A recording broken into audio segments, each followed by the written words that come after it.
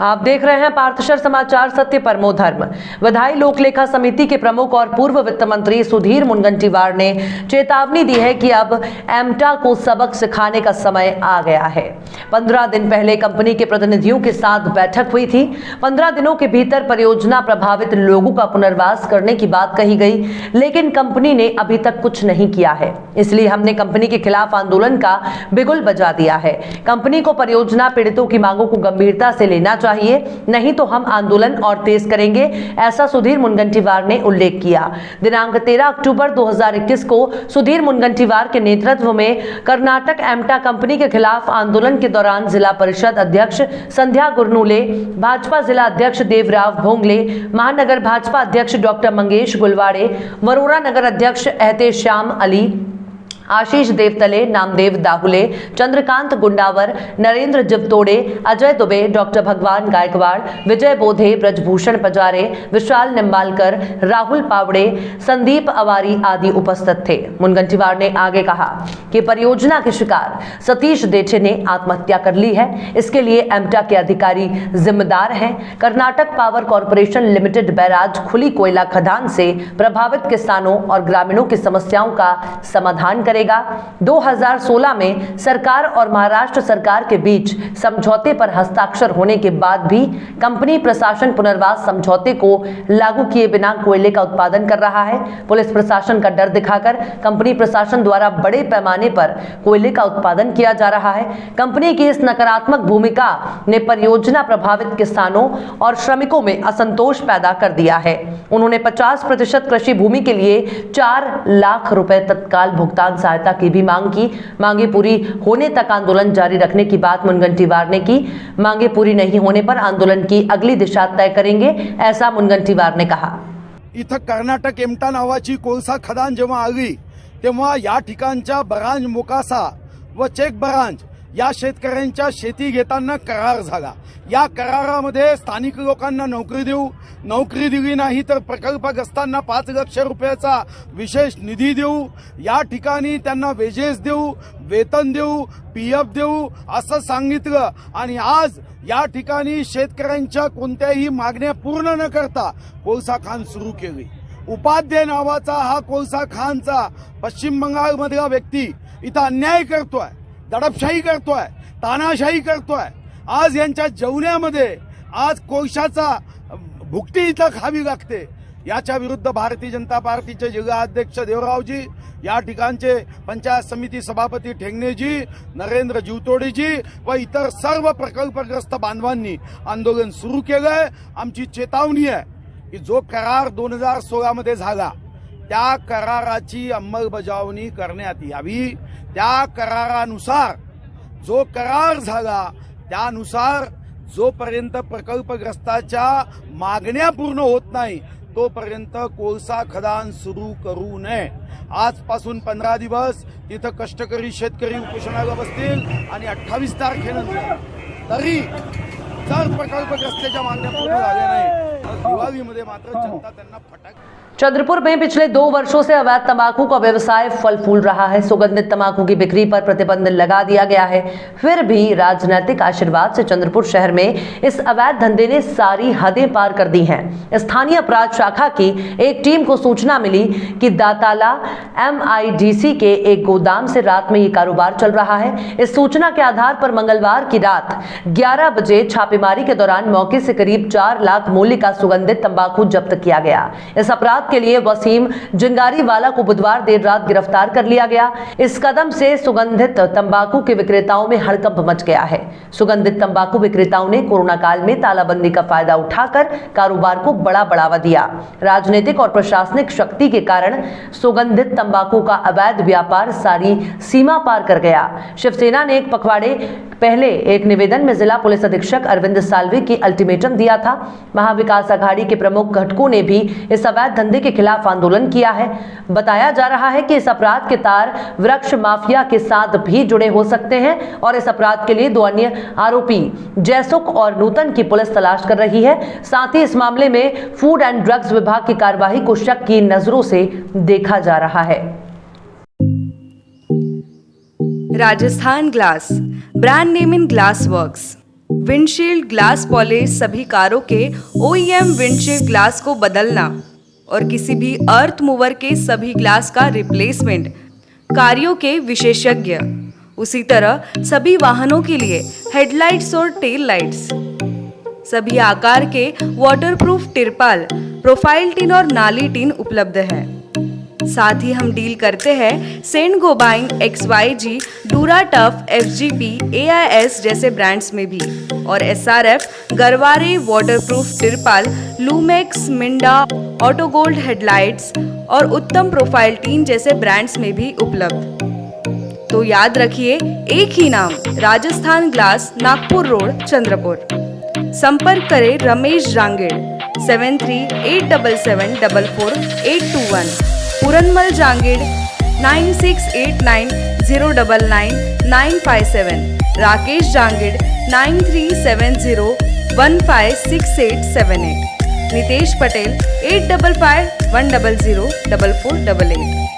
महाराष्ट्र राज्य के आपदा प्रबंधन मंत्री विजय वडेट्टीवार ने कहा है कि जून से अक्टूबर 2021 तक राज्य में भारी बारिश और बाढ़ ने 55 लाख हेक्टेयर से अधिक फसलों को नुकसान पहुंचाया है। राज्य सरकार ने आज प्राकृतिक आपदा से प्रभावित किसानों को NDRF मानदंडों की प्रतीक्षा के लिए बिना 10,000 करोड़ रुपए का पैकेज देने का फैसला किया। महाविकास आघाड़ी द्वारा किए गए इस फैसले से लोगों में और किसानों में सरकार की वाहवाही हो रही है और महाराष्ट्र सरकार ने गरीब किसानों के साथ न्याय करने का सही तरीका चुना है, ऐसा कहा जा रहा है। राज्यामध्ये जून पासून अतिवृष्टीने आणि अवेळी पावसाने प्रचंड होदोस घातला। संपूर्ण शेतकरी यामध्ये उद्ध्वस्त झाला। जवळपास 52 लाख हेक्टर शेती बेचिराख झाली। संपूर्ण शेती उद्ध्वस्त झाली। पण मराठवाड्यामध्ये 8 जिल्ह्यामध्ये 170% पाऊस पडला। जमिनी खरडून गेल्या। सोयाबीन असेल, ऊस असेल किंवा मूग, उडीद या संपूर्ण पीक हातातून गेलेलं आहे। पुढचे 15 दिवस सुद्धा रब्बी पिकासाठी महिनाभर पाणी काही शेतातून निघणार नाही आणि रब्बी पिकांचं सुद्धा प्रचंड नुकसान, रब्बी पीकही सुद्धा हाती येतं की नाही अशी परिस्थिती आज उद्भवली आहे। म्हणून आज कॅबिनेट पुढे त्या खात्याचा मंत्री म्हणून आम्ही चर्चा केली आणि माननीय मुख्यमंत्री महोदयांनी आणि उपमुख्यमंत्री महोदय यांच्याबरोबर चर्चा झाल्यानंतर एक शेतकऱ्यांना NDRFच्या निकषापेक्षा अधिकची मदत देण्याचा निर्णय आज कॅबिनेटमध्ये घेतला गेला। साधारणतः 6,800 रुपये प्रति हेक्टर मदत देण्याचा NDRFचे निकष आहे, ते वाढवण्याचे पत्रव्यवहार सुद्धा आम्ही केंद्र सरकारला केलेला आहे, परंतु त्याच्यावर कुठलीच कारवाई झाली नाही। आज NDRFच्या निकषाच्या पलीकडे जाऊन आम्ही जिरायतीसाठी 10,000 रुपये प्रति हेक्टर 2 हेक्टर पर्यंतची मदत अशा पद्धतीनं साधारणतः 10,000 कोटी रुपये या शेतकऱ्यांना आज मदतीचा निर्णय झाला। पुढच्या आठवड्यापासून शेतकऱ्यांना प्रत्यक्ष ही मदत पोहोचवण्याचा निर्णय आजच्या कॅबिनेटमध्ये झालेला आहे आणि मला वाटतं की मागील सरकारपेक्षा अधिकची मदत, खरं तर संकट मोठं आहे, कधी नव्हे तो सगळे इतिहास तोडणारा पाऊस संपूर्ण या कोकणा आपल्या विदर्भामध्ये किंवा विदर्भापेक्षा मराठवाड्यामध्ये अधिक झाला। अमरावती विभागातही मोठं नुकसान झालं। साधारणतः 15 जिल्हे पूर्णतः यामध्ये उद्ध्वस्त झाले आणि या 15 जिल्ह्याला पहिल्या टप्प्यामध्ये 15 जिल्ह्यासह महाराष्ट्रातील सर्व जिल्ह्यात मदत पुढच्या आठवड्यापासून 13 अक्टूबर 2021 को महाराष्ट्र विधानसभा और विधान परिषद के सदस्य विकास कार्यों की समीक्षा के लिए चंद्रपुर आए थे। उस दौरान उन्होंने वरिष्ठ कांग्रेस नेता और पूर्व सांसद नरेश बाबू पुगलिया के आवास का दौरा किया और शिष्टाचार भेंट की। इस अवसर पर कांग्रेस के युवा नेता राहुल पुगलिया ने विधायक रंजीत जी कांबले, विधायक जनक, विधायक नाइक, विधायक मिर्जा बेग, विधायक दुष्यंत चतुर्वेदी का शॉल, नारियल, गुलदस्ते से स्वागत किया। इस अवसर पर विदर्भ किसान मजदूर कांग्रेस अध्यक्ष गजानन राव गावड़े, पार्षद देवेंद्र बेले, पार्षद अशोक नागपुरे इत्यादि लोग उपस्थित थे। ND Bakers, fresh and delicious cakes, cheesecakes, desserts, pastries, brownie, puff, breads, cookies, khari and donuts. Home delivery available. Love Thy Bakes. ND Bakers, freshly baked. Care of the ND hotel, Nagpur road, Chandrapur.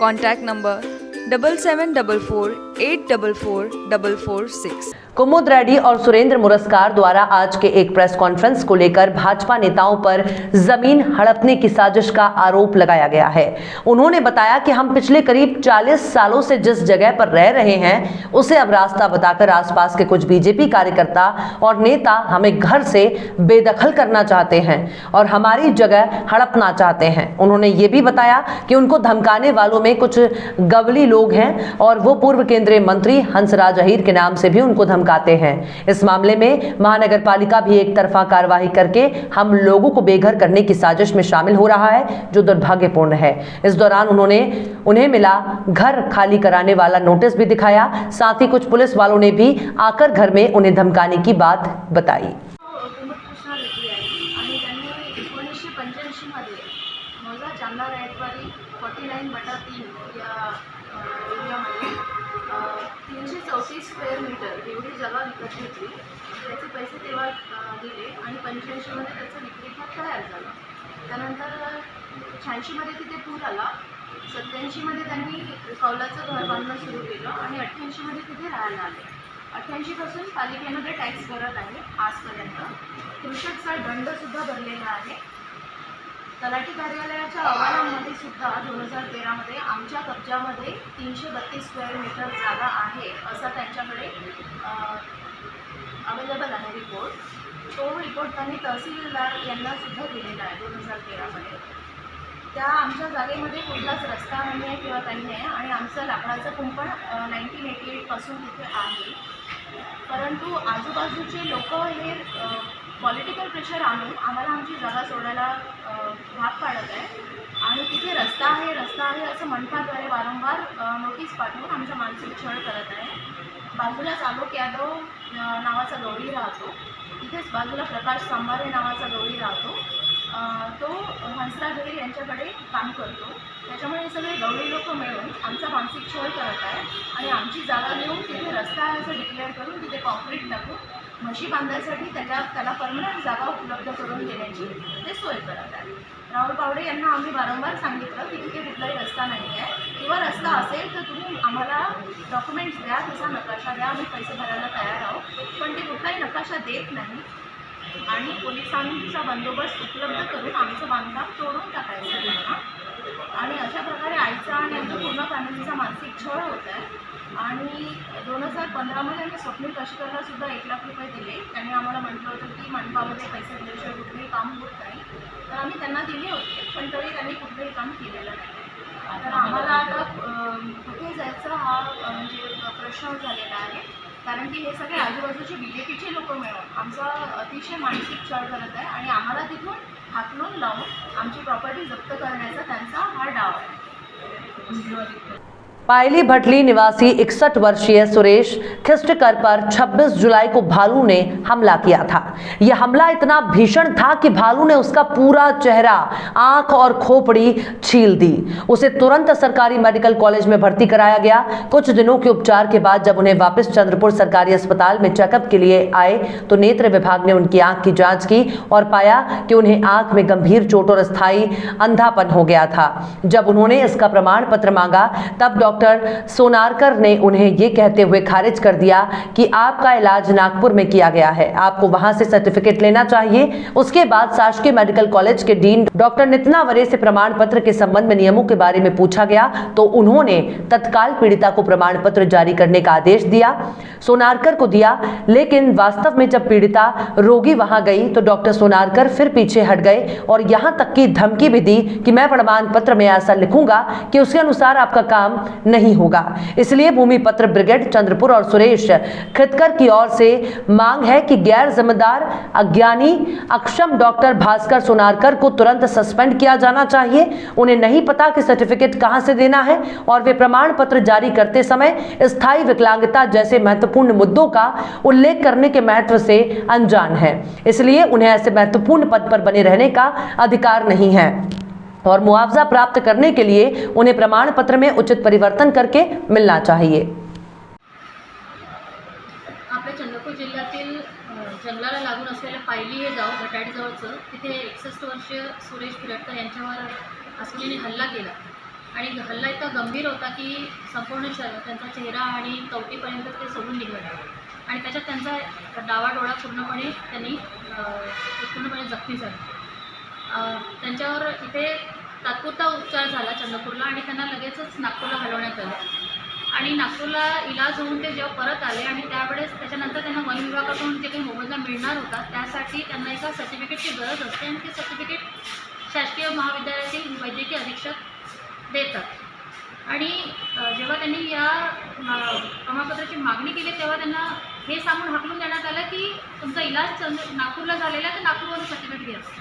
असं तर खरं तर असा कुठलाही rule असा नाही आहे आणि या बाबतीत आम्ही जेव्हा शासकीय वैद्यकीय अधिष्ठात्यांना विचारपूस केली तेव्हा ते म्हणाले की नाही, हे चंद्रपूर जिल्ह्यात जखमी झाले, इथे त्यांचा उपचार तात्पुरता झाला तर सर्टिफिकेट त्यांना इथून मिळेल आणि त्यांनी तसे आदेश डॉक्टर सोनारकर यांना दिले. पण सर्टिफिकेट देताना त्याचा तुम्हाला काही उपयोग होणार नाही अशी धमकी ते नातेवाईकांना देतात आणि त्याच्यानंतर जे काही सर्टिफिकेट देतात त्याच्यामध्ये त्यांनी अर्धवट गोष्टी नमूद केलेल्या आहेत. त्यांचा डोळा पूर्णपणे गेलेला आहे. हा नागपूरचं GMC नागपूरचा नेत्र विभाग सर्टिफाय करतो, चंद्रपूरचा नेत्र विभाग सर्टिफाय करतो. त्याच्यानंतरही डॉक्टर सोनारकर स्वतः डॉक्टर सर्टिफिकेटमध्ये हे लिहिण्यास कुठेतरी आपला हात आवरून घेतात आणि कारण की तेच विचार करतात की यांना या सर्टिफिकेटचा फायदा नको व्हायला आणि ते सर्टिफिकेट जेव्हा वन विभागाकडे जातं ते म्हणतं की हे सर्टिफिकेट पुरेसं नाही आहे आणि जी इजा झालेली आहे त्यांना गंभीर इजा त्याचं त्यांनी जे योग्य रीतीने सर्टिफाय करायला पाहिजे होतं ते त्यांनी केलं नाही. त्याबद्दल आम्ही अशी मागणी करतो की जर त्यांना ते समजत नसेल तर या बाबतीत अज्ञानी असतील आणि जर कुठे सूडबुद्धीने ते वागत असतील पेशंटशी आणि कुठलंही काम ते अर्धवट करत असतील, अकार्यक्षम असतील तर ताबडतोब त्यांची वैद्यकीय अधीक्षक पदावरून डीन इथल्या अधिष्ठात्यांनी त्यांना पायउतार करावं, योग्य व्यक्तीला तिथे नेमावं कारण की चंद्रपूर जिल्हा हा वनविभागाने वेढलेला आहे. तिथे अत्यंत गोरगरीब लोक येतात आणि त्यांना न्याय मिळाला पाहिजे. करू शकत नाही, मी आपली कुटुंब जगू शकत नाही. त्याच्यामुळे अस्वली बागा खूप दुर्गम करते. ह्या सरकारनं त्या अस्वली बागावर लक्ष द्यावं आणि असा गरिबावर हल्ला होऊ नये अशी जखमी झाले. जखमीमध्ये त्यांच्या डोळ्यावर व कवटीवर व अस्वलने हमला केला. त्याच्यानंतर तात्काळ चंद्रपूरला शासकीय रुग्णालयात आणण्यात आले. तिथं इलाज झाला, थोडाफार प्राथमिक इलाज करण्यात आला. तिथं इलाज केल्याच्यानंतर तिथं CT स्कॅन मशीन नाही असे सांगितले व नागपूरला रेफर केले. नागपूरला रेफर केले. तिथं रेफर केल्याच्यानंतर तिथं इलाज झाला. इलाज झाल्याच्यानंतर काही दिवसांनी आपल्या चंद्रपूरला आणले.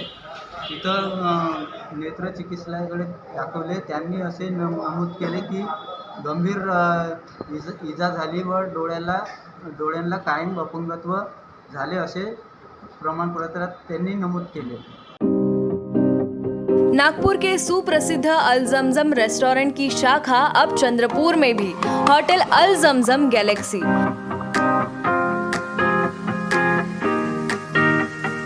वेज, नॉनवेज और चाइनीज खाने के लिए आलीशान फैमिली रेस्टोरेंट, साथ ही अल जमजम सेलिब्रेशन लॉन, शादी, पार्टी, बर्थडे और किसी भी मीटिंग या समारोह के लिए सर्वोत्तम स्वाद और सेवा की गारंटी। ज़ोमैटो, स्विगी और फूडीज द्वारा होम डिलीवरी उपलब्ध। संपर्क करें मोहम्मद जुबैर, बुरटकर सभागृह के बाजू, मारुति शोरूम के पास, नागपुर रोड, चंद्रपुर।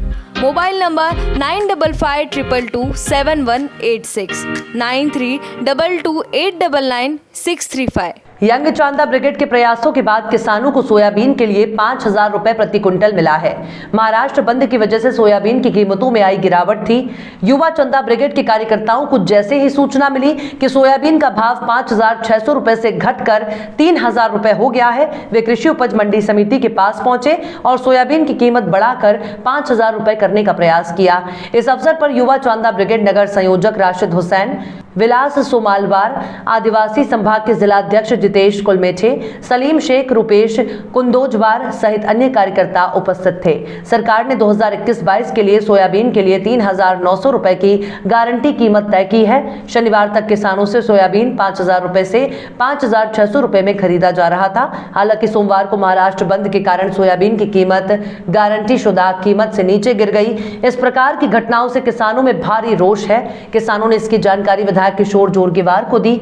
जोरगेवार ने यंग चांदा ब्रिगेड के कार्यकर्ताओं को कृषि उपज मंडी समिति के पास जाने के निर्देश दिए। शिव संपर्क अभियान के तहत स्वास्थ्य और नेत्र परीक्षण शिविर चाल बर्डी भद्रावती में आयोजित किया गया था।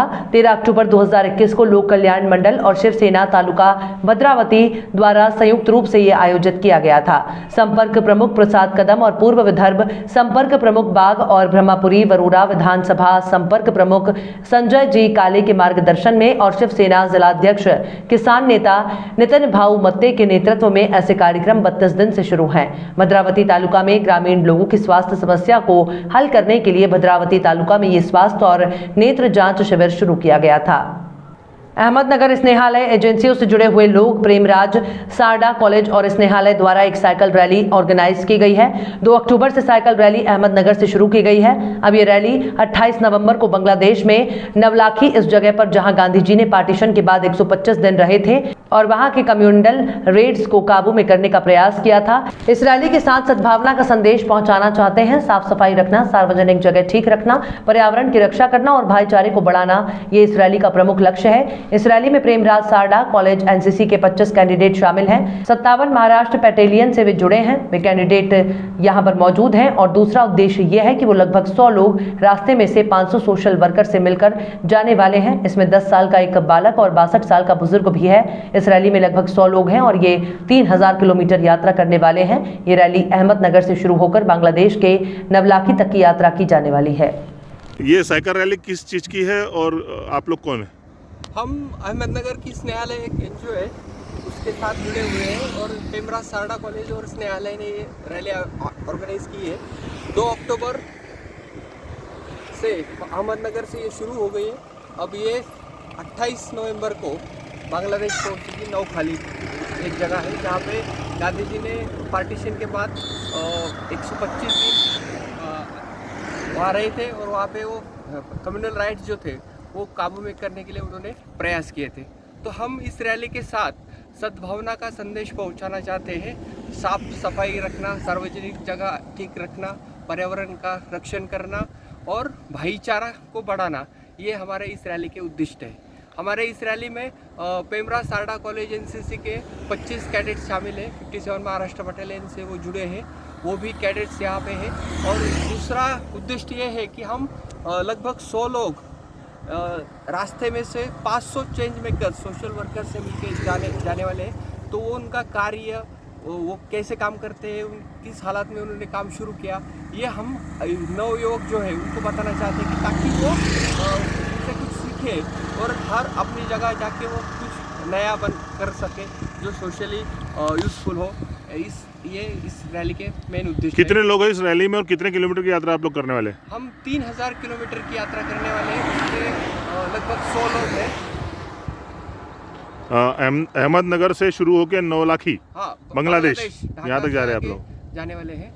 दोनों देश के मतलब आज़ादी के, हमारे आज़ादी के 75 साल पूरे हुए और बांग्लादेश का लिबरेशन का भी 50 साल पूरा हुआ है। तो इन दोनों के साथ और बांग्लादेश के जो राष्ट्रपिता हैं शेख मुजीबुर रहमान, उनकी जन्म शताब्दी है। तो इन तीनों मौक़ों को एक साथ जुड़ के हम बांग्लादेश और भारत में दोस्ताना बढ़ाना चाहते हैं। उसके साथ गांधी जी का जो संदेश है प्रेम का, शांति का, अहिंसा का, वो हम पहुंचाना चाहते हैं रास्ते से। जनता करियर लॉन्चर, जनता महाविद्यालय चंद्रपूर, एक जबाबदार संस्था, विश्वसनीय शिक्षक, पुन्हा एकदा सिद्ध, इतिहासाची पुनरावृत्ती, 100% HSC result, 29 successful result in JEE mains 2020, 49 successful result in MST CET, 116 successful result in NEET up to 2020. विदर्भात सर्वात कमी फी व उत्कृष्ट शैक्षणिक दर्जा, admission open for 11, 12 IIT, JEE, NEET and MSc CET. आजच आपली सीट नक्की करा. प्रवेश घेण्यासाठी www.jlcchandrapur.com या वेबसाईटवर फॉर्म भरा किंवा कॉलेजच्या ऑफिसात येऊन आपला प्रवेश निश्चित करा. जनता career launcher, care of Janata B.Ed college, Civil Lines, Chandrapur. Residential campus, Datara road, Ramnagar, Chandrapur. Contact number 07172258837, 9850922450, 9370027813, 70570715569.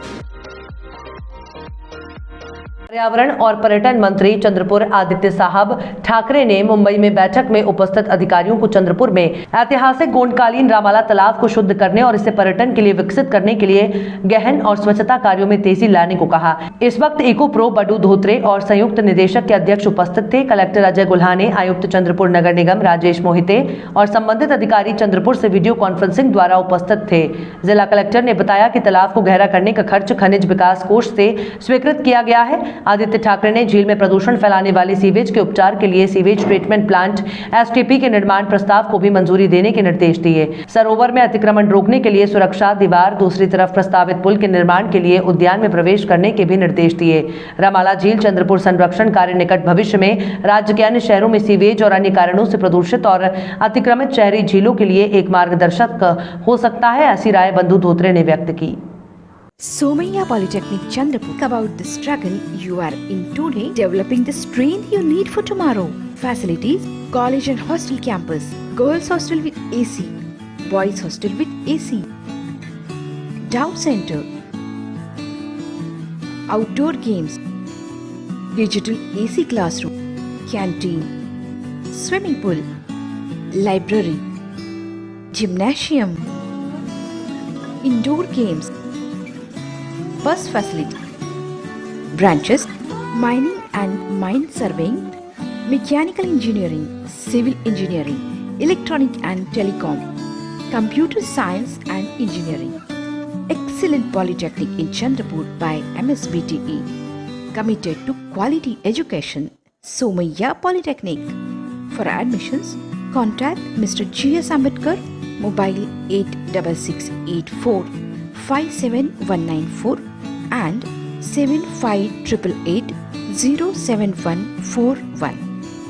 उदय माहुरकर और चिरायु पंडित की लिखी किताब Veer Savarkar the man who could have prevented partition के विमोचन के मौके पर रक्षा मंत्री राजनाथ सिंह ने कहा कि सावरकर महानायक हैं, थे और रहेंगे. उन्हें विचारधारा के चश्मे से देखने वालों को माफ नहीं किया जा सकता. वे हिंदुत्व को मानते थे, लेकिन वो हिंदूवादी नहीं थे, राष्ट्रवादी थे. उनके लिए देश राजनीतिक इकाई नहीं, सांस्कृतिक इकाई था. वे 20वीं सदी के सबसे बड़े सैनिक और कूटनीतिज्ञ थे. राजनाथ सिंह ने कहा कि सावरकर के बारे में एक झूठ फैलाया जाता है कि 1910 में आजीवन कारावास की सजा काट रहे सावरकर ने ब्रिटिश हुकूमत के सामने दया याचिका दी थी, जबकि सच यह है कि उन्होंने महात्मा गांधी के कहने पर ऐसा किया था. वहीं शिवसेना सांसद संजय राउत ने बुधवार को कहा कि वीर सावरकर ने कभी भी अंग्रेजों से माफी नहीं मांगी. ये कहकर रक्षा मंत्री राजनाथ सिंह और बीजेपी को परेशान में डाल दिया है. पुणे में मीडिया से बात करते हुए राउत ने कहा कि 10 साल से अधिक समय तक जेल में रहने वाले स्वतंत्रता सेनानी ये सोचकर अपनी